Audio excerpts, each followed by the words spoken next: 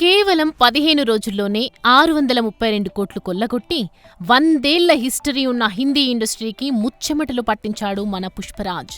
ఇక అప్పటికే block buster అయిన జవాన్, స్త్రీ 2, పఠాన్ సినిమా రికార్డులని పుష్ప 2తో పటాపంచలే చేసేశాడు. అందుకే కాబోలు ఈ ఏడాది బాలీవుడ్ అవార్డు వేడుకల్లో కనీసం పుష్ప 2ని స్మరించుకోవటానికి కూడా ఇష్టపడట్లేదు సో కాల్డ్ బాలీవుడ్ బాబులు. బాక్సాఫీస్ వద్ద కలెక్షన్ల వర్షం కురిపించిన మన పుష్ప 2 కనీసం నామినేషన్స్లో కూడా కనిపించటం లేదంటే బన్నీని చూసి ఎంత భయపడుతున్నారో అర్థమవుతుంది. అయితే సినిమాకు ఏ అవార్డు వచ్చినా రాకపోయినా దాని క్రేజ్ అస్సలు తగ్గదని, ఇప్పటికే సంపాదించుకున్న బ్లాక్ బస్టర్ హిట్ స్టేటస్లో ఎలాంటి చేంజ్ ఉండదని కాలరెగరిస్తున్నారు టాలీవుడ్ ఫ్యాన్స్. చూడాలి మరి పుష్ప 2తోనే ఇలా భుజాలు తడుముకుంటుంటే జక్కన్న SSMB 29 రిలీజ్ అయితే ఏమైపోతారో. For more videos like this, subscribe Big TV channel.